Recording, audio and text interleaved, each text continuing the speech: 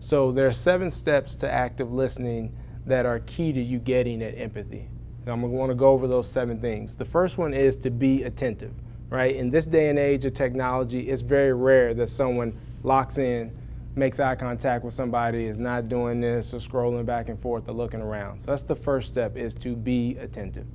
The second thing is you want to make sure you ask open-ended questions, right? Because the goal is to try to gain an understanding.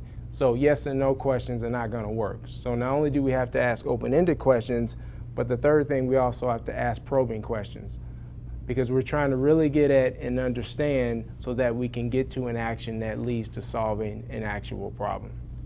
The fourth thing is that we want to request clarification, because a lot of times when we're actively listening to somebody, especially if it's something new, we may not know what it is. So we have to make sure that we're asking those probing questions to try to uncover things so that you get the most out of those open-ended questions that you're asking.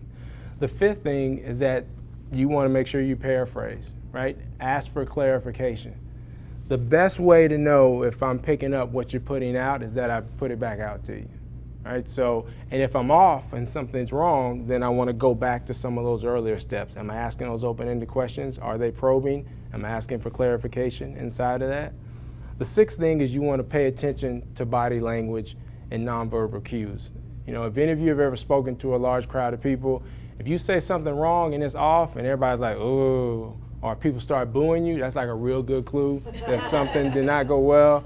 You know, or if somebody gets upset, you know, if you're having a conversation with a client, that may be an opportunity to ask maybe some more probing questions. Maybe you struck a nerve. You know, usually when you see some body language or some reaction there, you're starting to strike a little bit of gold and starting to get to what you really need to in order to understand.